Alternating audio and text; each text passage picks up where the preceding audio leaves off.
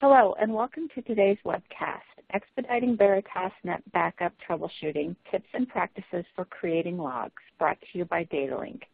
I'm Danielle Moore, Marketing Manager, and will be your moderator today. Before we begin, I wanted to cover a few housekeeping items.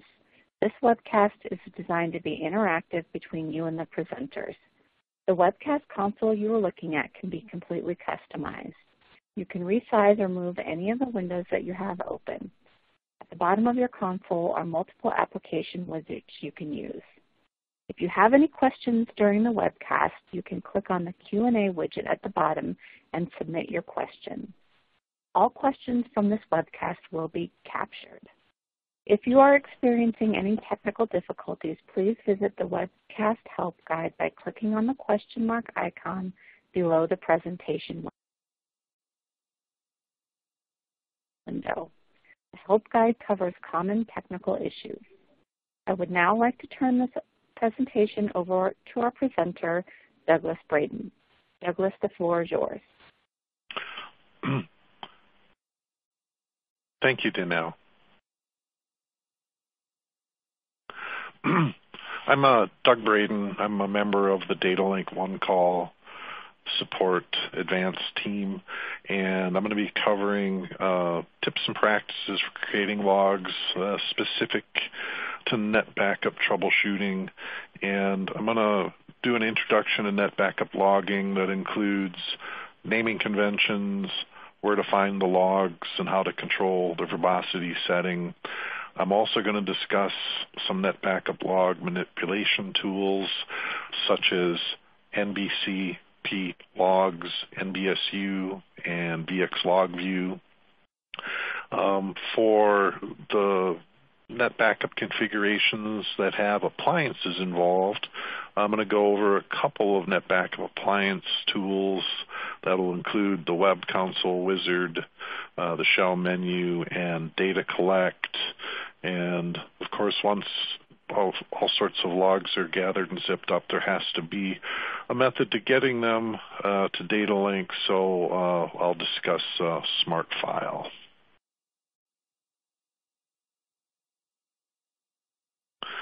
Okay, this slide I'm going to discuss log file names and locations, and the NetBackup legacy logs have the simple naming convention where each process actually shares the same log file name, log.datestamp in a format month, day, year. And for the unified logs, it's a much longer naming convention, and I've got an example here, 51216-AAA-BBBB-datestamp-10zeros.log.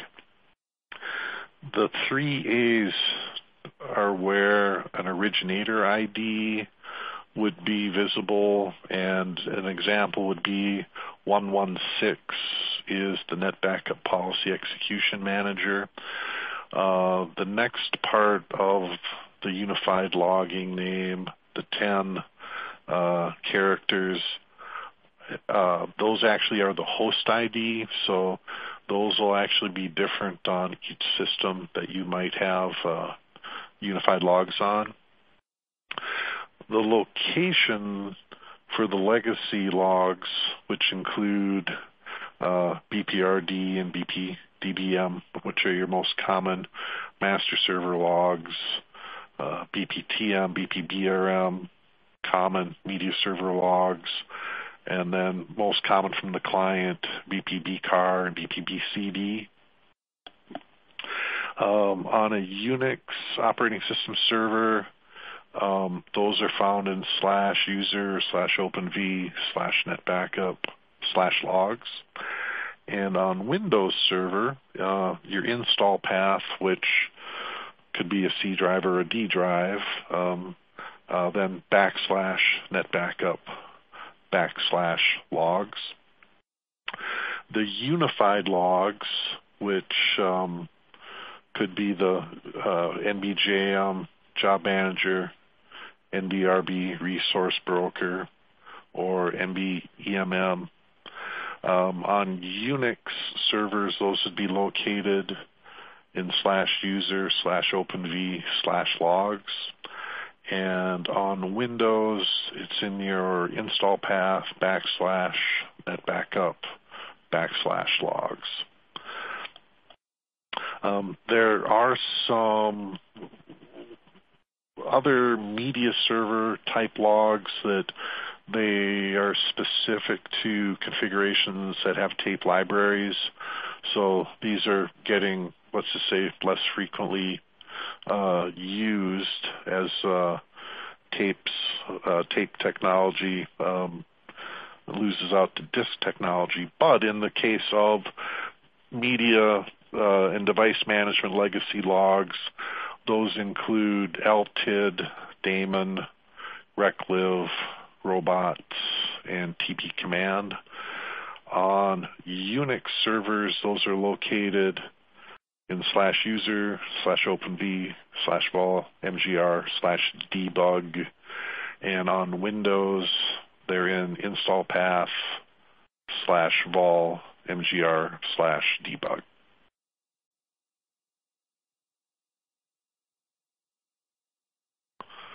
Okay, there are some other log files and locations that I'll discuss in this slide. There are instances where the private branch exchange log is needed. That's normally referred to as PBX. On Unix servers, the PBX log resides in /opt/vrtspbx/log. And on a Windows server, it's in your install path /vxpbx/logs. The next example is if you're using deduplication, and it doesn't necessarily have to be a NetBackup appliance. It can be a home-built MSDP media server.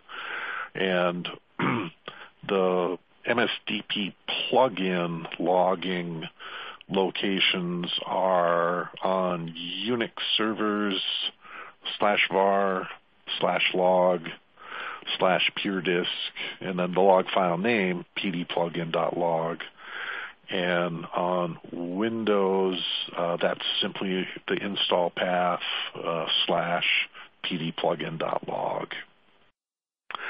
Some other deduplication logs, the most common would be spoold and spad, and they can vary by version. And I've just got one example here where on Unix, the spoold and spad can be found in /msdp/data/dp1/pdvol/log. And then on a Windows MSDP server, it would be your drive letter /msdp/data/dp1/pdvol/log.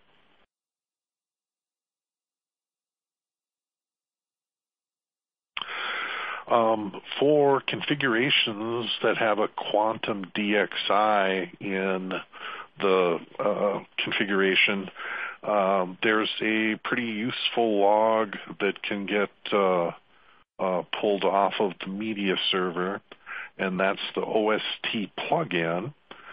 And the location on a Unix server is /var/log/client. And from Quantum's documentation, the Windows server's location, they list it as %winder%, which normally translates to your C drive Windows directory or your D drive, whichever it might be. And then the name of the plugin file is actually shown there, libstspi quantum. And since they have multiple versions where they'll add a 1 and a 2 and up to 9 or 10, I think it is, there's the *.log after that log name. And on this slide, I've got one last note on the NetBackup logging, and that is your Datalink support engineer's log file request will include the details necessary to know if there's any services that need to be recycled as part of, for example, increasing verbosity, if there's any .conf files that need to be edited to change verbosity. The email that would be received from the Datalink support engineer will include all of those details.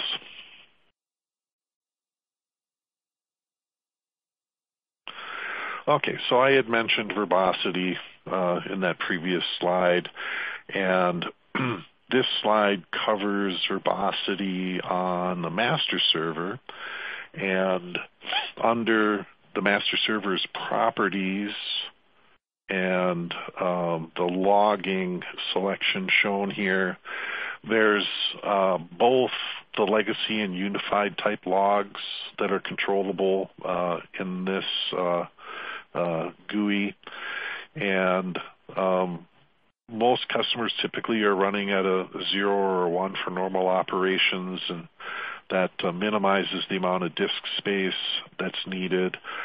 But in the cases where verbose 5 logs are needed for troubleshooting effort, this is where you would need to go in the NetBackup admin console. The verbose 5 logs can consume a lot of disk space, so the amount of free space available and monitoring over time how that free space is being consumed is critical. So you're actually able to set a global logging level for the legacy processes, and there's 6 different overrides that are shown here for master server processes. So you can actually have a global level set, and then you can either leave it same as global, or if, for example, the only master server log that needed to be verbose 5, you could have a global level of 0 or 1, and then simply do the override and change BPRD logging to 5 in this GUI. There are 3 options for unified logs, and they include the policy execution manager, the job manager, and the resource broker. So those 3 can be modified through the GUI here.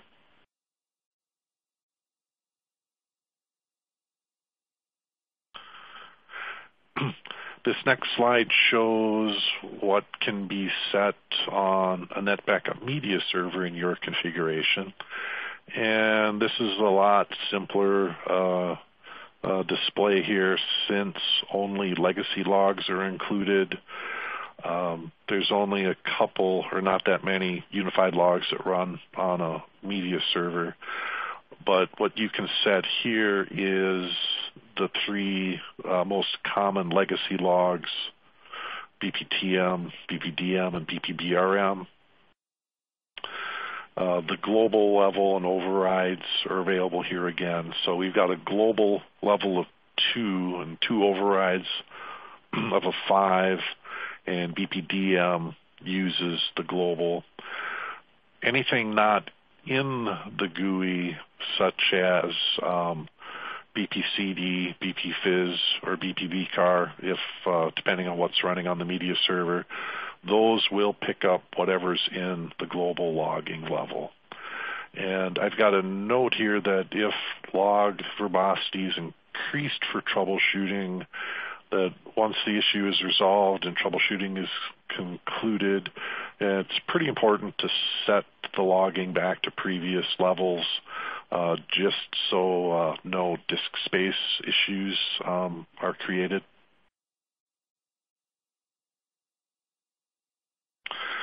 Okay.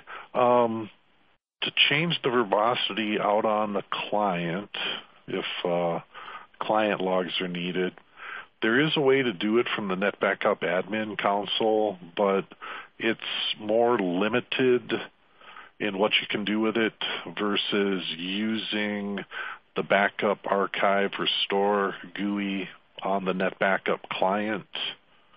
From the client properties, there's a troubleshooting tab, and the most common to get changed is the general, which is the highest level is a 2, and then the verbose level, that goes up to a 5. For verbose logs, general equals 2, verbose equals 5 is typically what happens out on a client.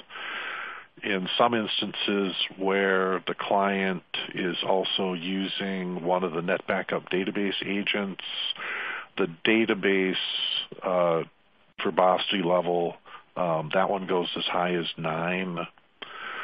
There is an opportunity to turn on TCP or increase the verbosity on TCP. That is something that can be useful, obviously, when there's network connection errors or issues, but that should be you should be aware that that also can be something that'll make very large log files.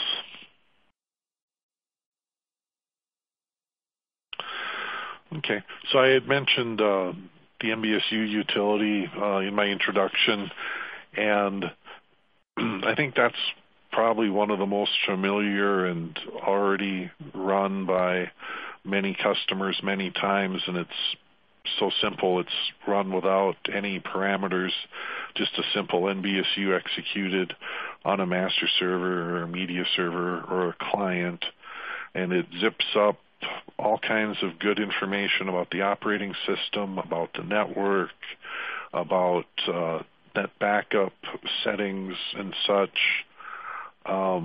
What I did decide to share in this slide is to actually use a parameter, and that's a lowercase g. And what that does, it allows you to run subsets of what the entire NBSU runs. And the subset that I specified in this example is OS for operating system. So these two overlapping screenshots show the start of the execution for just running operating system routines, and then the end. And it can be run Linux, Unix, Windows, and the highlight of using this particular example is mostly on a Windows system, because one thing it does do is zip up Windows application event logging and Windows system logging. And that's a pretty common request for troubleshooting an issue from a Windows client, is to get that application and system event logging. And this actually lets you get that, and some other useful things as well. But an NBSU space dash lowercase g space capital O capital S gets it zipped up for you and placed in, as an example, the support output NBSU, and then the file name shows up in the last line of the progress logging in the terminal window. So just one useful way to use NBSU if you've been requested to get Windows application and system event logs. Okay, this nbcplogs utility is really powerful, and it can make gathering logs really easy. And a first step is actually you need to make a directory where this utility is going to write to. On a Unix system, it can be /temp, and a directory that has a timestamp is normally pretty useful. And when nbcplogs is executed, you can either use start and end times that you can specify, or you can do a duration of number of hours or number of minutes. Those syntaxes are shown in the screenshot on the left of this slide. Something that's not listed in the help output is the --compress parameter, and that actually does need to be used. It saves you a step later in terms of getting hundreds of megabytes of logs zipped up into 10 or 20 or 30 megabytes. This --compress saves a manual step later. Using the --lowercase l, and I'm going to actually have that in my next slide with the example, you can group all the unified logs, all the NetBackup logs, all the pure disk logs, and all the NetBackup appliance logs together if you use the -l. There are a few other components that nbcplogs gathers, and it does gather everything by default. So sizes of what the output is and the amount of time it takes is something that you'll kind of have a learning curve to figure out the first couple times that you use it. One thing that can add to the amount of time that it takes an nbcplogs to execute, by default it runs an nbsu. So if you already run an nbsu as part of getting everything together for troubleshooting a particular issue, and you're going to run an nbcplogs, --no-nbsu prevents it from running again inside of the nbcplogs execution. And ultimately, after your command comes back, your directory in /temp is going to have some directories it created that you do need to do a tar command to put them into one file.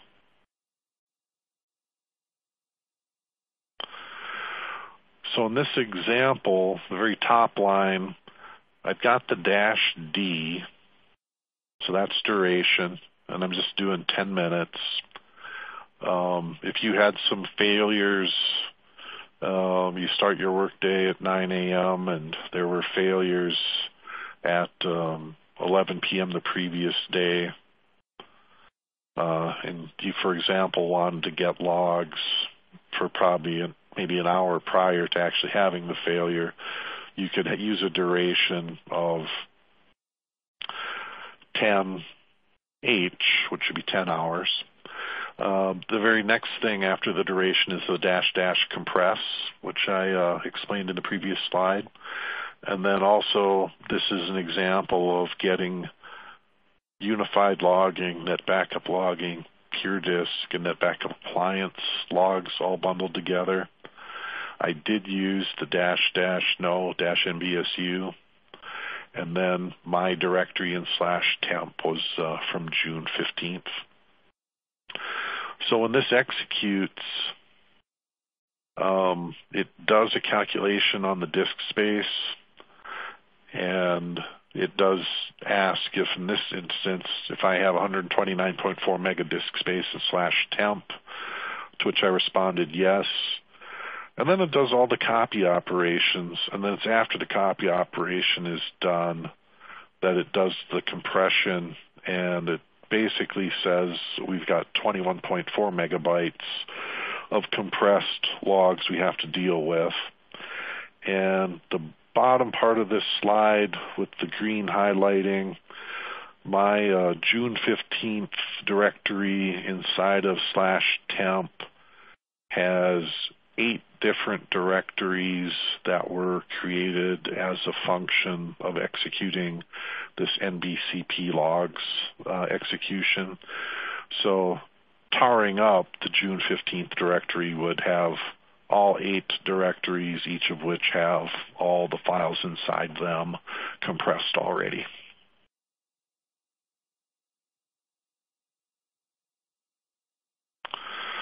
Okay, so for configurations that have NetBackup appliances in them, If you enter the Appliance web console from your favorite browser, I circled it in yellow in the upper right. That's the Appliance Diagnostic Center button. So you simply click on that. And then you've got 5 different areas inside of the Diagnostic Center. The one that we're going to take a look at is the collect log files. So from this web page, you'd simply click on collect log files. Okay, and this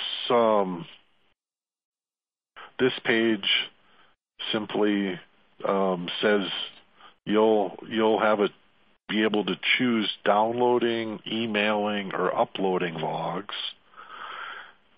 And what we're going to be discussing doesn't include the upload logs because, to clarify that uploads the logs directly to Symantec.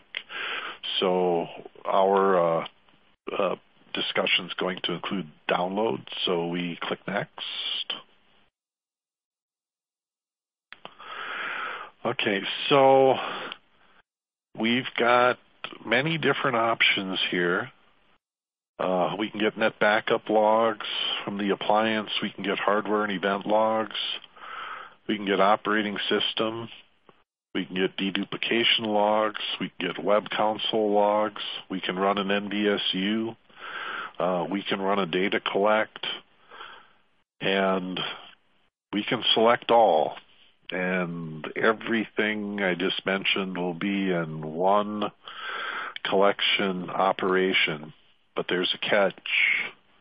It can take several hours to run. If you do a select all, it is hours of the appliance grinding away to produce that output file. And there is one catch related to the data collect, and I'll break down the data collect in a upcoming slide here, but it can be run from command line interface or the web GUI as shown here, except if it is run from the web GUI, it lacks one file in it that's called test hardware log datestamp timestamp.tar.gz. It's not in there, and it's one of the most important ones that you need. So that data collect is something that pretty much has to come from the command line. So we'll go to the next slide, and now we see that my previous selection of just a single item from those selections is 152.83 megabytes. So we're basically told that since this is greater than 10 megabytes, it is not an option to email it if you have your appliance configured for the email functionality. So in this case, this is greater than 10 megabytes, and our option that we select is to download the logs to your computer. So now we're on the screen where it still tells us the total size is 152.83, but we're at the point that simply clicking on click here to download the logs does produce the download to your workstation.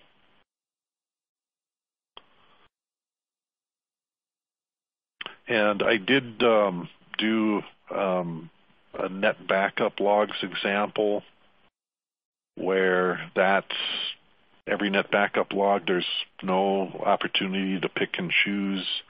If you don't put a start date and an end date, it just does the last one day by default. And you actually will get a pop-up that tells you how long the estimate is for your NetBackup log collection. In the example that I ran in a Datalink lab, the pop-up said 40 minutes, and it was actually done 2 hours later.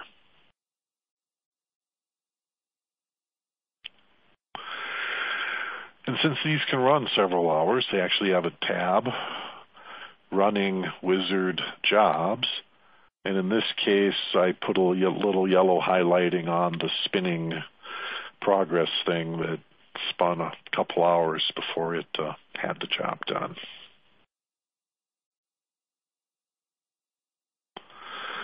Okay, so I had previously mentioned the command line interface for the NetBackup appliance, and this is a slide that shows what's available under the support options.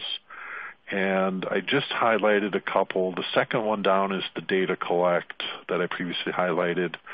And about in the middle, I put the little yellow highlighting on logs. And I'll cover those a bit here in the next slides. So this is an execution of the data collect. And it goes through all the different things it's packaging up into the zip file.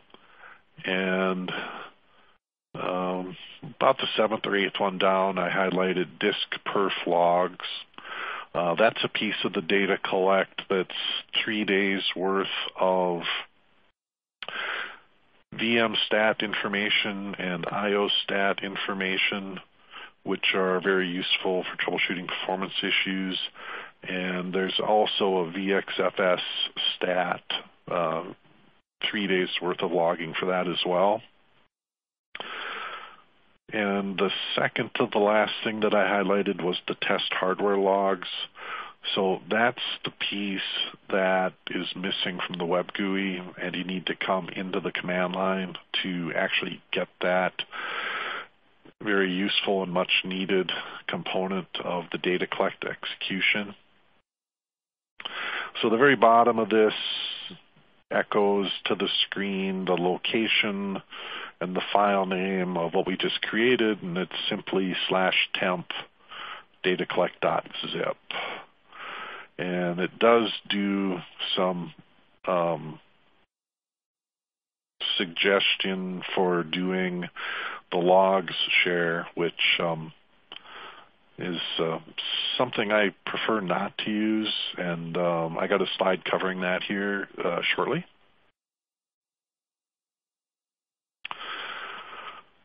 So under logs, there's all these options, and the log share feature can be challenging for any one of many reasons. And there's a tool that can be used instead called Python.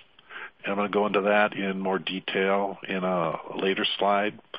And in this particular slide, I did do some highlighting on a get level and a set level execution in the logs options.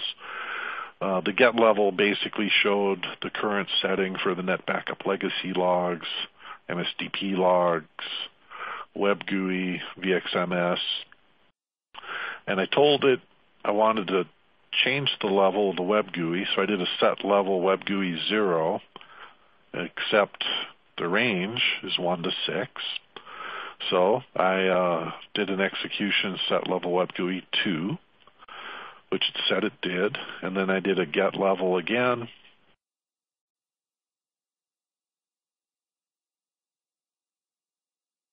Excuse me, I did a get level again, and it did take.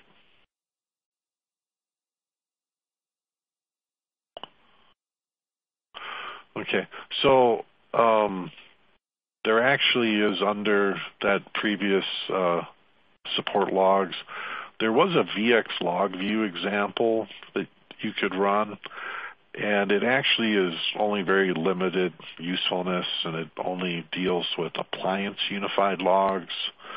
If your appliance is serving as a master server, none of those unified logs will be there. The media server unified logs won't be there. It's strictly for Appliance. And the note basically says as such that it doesn't do much. So the next slide actually is a vxlogview that does do something helpful. And what this example shows is the product 51216 NetBackup, and I'm not specifying any originator IDs. The command line I executed is the third line up from the bottom in the screenshot, and I've got some yellow highlighting on it. I've got a dash lowercase d followed by the word all, and that basically is a display all columns. In my example, I used a dash lowercase t to do a time, so I told it 1 hour. You can do hours, minutes, seconds. And the execution I routed into /temp, a file name june20.txt.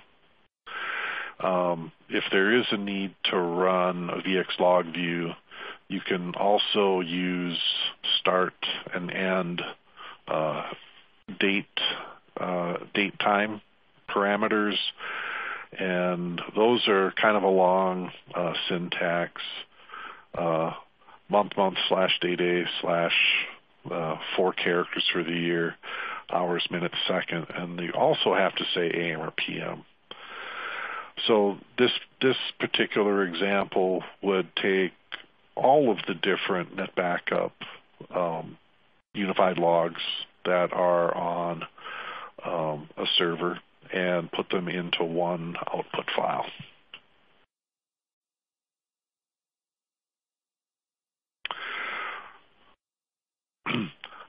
Okay, so the Python tool that I mentioned earlier, it makes getting logs off of an appliance easy. And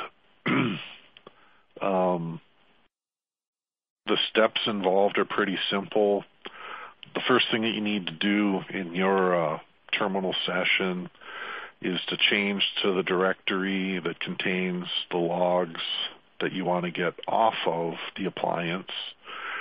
So you can actually go to /user openv netbackup logs, and every directory under logs is available through this Python access. To get Python to run on the appliance, you simply type in Python -m and then simple HTTPS server, and there's some uppercase involved there, and then the number 8000. And then on your workstation with your favorite browser, you just need to use the URL of either the name or the IP of the appliance and the port number 8000, and you are connected. The next slide will show what that looks like. Ultimately, when all is said and done on the appliance session, you just do a Control-C, and then that'll stop the logging for the HTTP session. This screenshot shows the serving HTTP on IP port 8000. There's different things as you're running your web browser, pulling things from the appliance that'll show up there for more logging, but Control-C gets you back out of that. So I've got two web browsers overlaid here. The first one, I'll call it the top left. That is the port 8000. And even though it says directory listing for /, that is user openv netbackup logs. And since the batch file was run to create every known netbackup log directory, this listing is like 60 long, and I just picked out the BPCD. So the browser that I'll call in the lower right of this slide shows what was inside of that BPCD directory, which had 5 different days worth of BPCD. And if you highlight, as an example, the June 15th log, you have an opportunity to save link as, and what I've got in bold red here is this is the perfect place to change that log file name from the default log.date to instead be, in this case, bpcd.date. And that's helpful in preventing your download directory where all your web browser file saves pile up in, that you'll know which one's the BPCD, you'll know which one's BPFizz or BPTM or BPRD. So it's just a perfect spot to right-click, point, and then do a highlight, and then change log to actually be the process name involved. Okay, now that we've got all the NetBackup logging put together in whichever manner we did it, they still need to get the Datalink. So the smart file link that is sent to you from your Datalink support engineer, it's supported by any major browser. A secure connection is used, and the bottom of that web page, I got a little bit yellow highlighting that when you get this nice short link, it'll actually show who it was sent to you by. So granted, I sent this one to myself, but this smart file link is the tool to get the zip files to Datalink, and I'll show more details in the next slide. So there's 2 methods to get your files into the web page. There's the drag and drop files here box, and you can simply have your Windows File Explorer in your directory structure where you've accumulated 1 or more zip files and use your mouse and drag it and drop it, and then you're good to go. Or you can click on the Add Files to Queue, which is just under the drag and drop in the web page. And that'll bring up a standard Windows File Explorer, and that shows your drives and your directory structure. So you just need to navigate then to where your zip files are and add those to the queue. And then once that's done, the black horizontal rectangular box that says Start Upload, you just click there, and then a transfer progress will be shown until the transfer completes.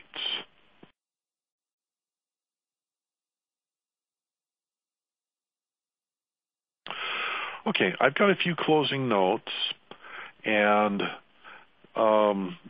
there's anything from small, simple file requests to big, huge, complicated log file requests.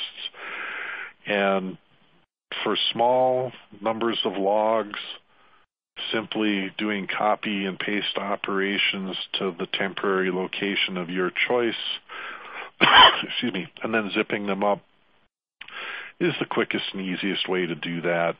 No real tools needed. But if there's larger log gathering efforts, learning to use the nbcplogs can actually simplify that log gathering task immensely.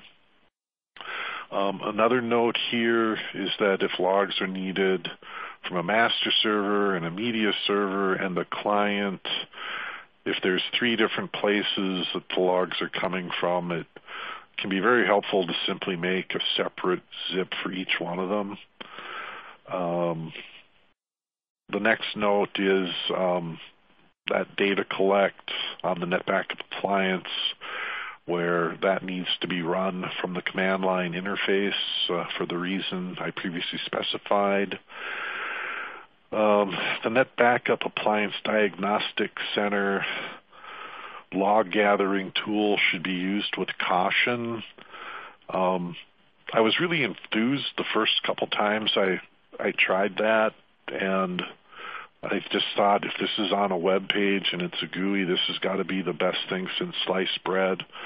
And I actually found that it can take forever to make the output files, and let's just say I've had much better luck using other methods.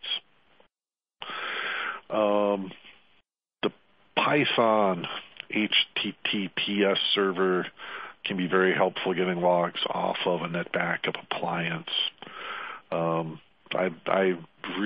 only known about that for a couple of months now, and I really like using Python versus doing that share business from the command line.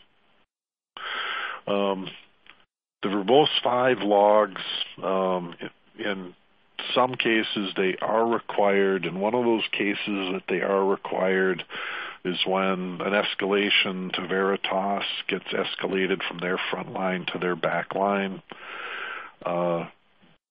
Generally, as a rule, you do not get to backline at Veritas unless you have verbose 5 logs, and only if there's huge disk space issues and some arguing to try to drop it down a bit, that might be successful. But in many cases, people need to be prepared to provide verbose 5 logs. And my last closing note here, I've got to give a thumbs up to a NetBackup document that's new to 7.7, where they actually put together a PDF file that is the NetBackup Logging Reference Guide. And the link is shown there, and anything and everything that you might want to know about any NetBackup log file ever is in that guide. So I did use it for reference material putting together this presentation, and it's definitely a good Veritas doc. So at this point, the Q&A will be handled by my teammate, Chet Borden.